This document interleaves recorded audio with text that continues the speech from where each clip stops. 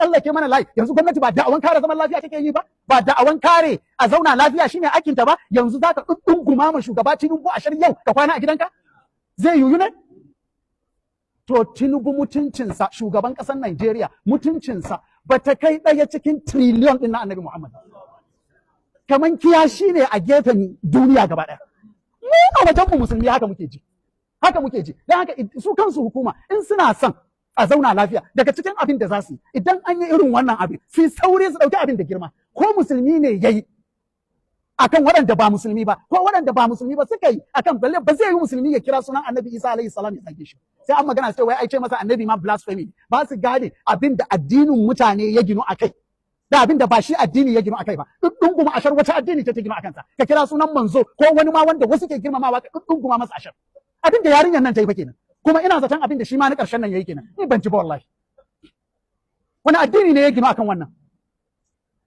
To ya kamata idan gwamnati ta ga an yi wannan abin, ce gaggawan ɗaukan mataki akan wanda ya yi. Mataki mai ƙarfi. Kuma ya kamata shugabanninsu su ma su rika ɗaukan mataki. A rika ganin mataki daga wajen shugabanninsu su ma.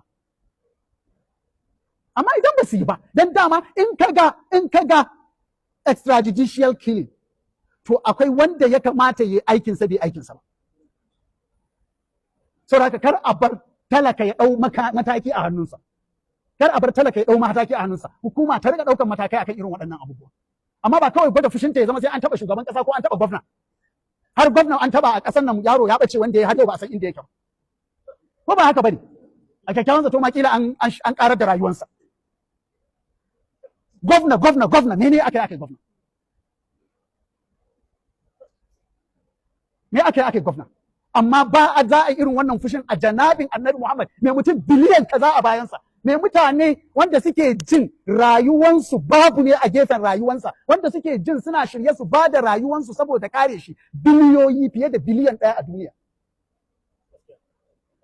Amma a rika irin wannan ta'addancin ana kallo kuma a zaci ba abin da zai faru. Ba wasa ake yi wallahi, wasa ake yi. Sai dai wanda za su iya yin abin ba su sami dama ba.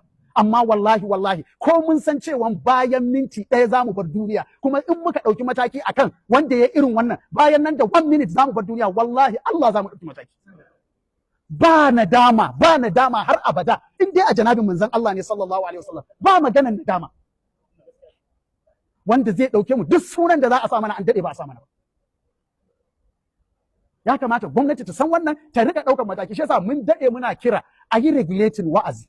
A yi regulating wa'azi. Wa'azi ya zama ba kowa ake bari yana wa'azi ba. Ba kowa ake bari wanda bai da umurni, kuma hanyoyin da za a yi mutane su ta in an yi regulating, ma 'yan siyasa za su yi amfani shi su manipulating. To yanzu ma ba su manipulating malaman ne da kuɗin su? Me ya ba su yi a yanzu din ma da ba a yi regulating din ba? Ai manipulation ana yi ko yanzu.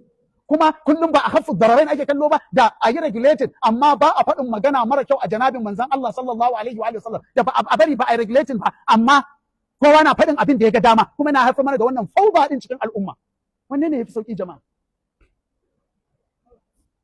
Sakin uwa, ku zama ambasadojin zaman lafiya domin sashin addinin ku ne. Amma fa kowa ya san kuna da iyaka. Kada son zaman lafiya ya bari a rika ta'addanci a janabin manzon Allah sallallahu alaihi wasallam kana jin tsoro ko kana jin kunya. Ka zama banza mare mabda. Mun san mabda ko principle.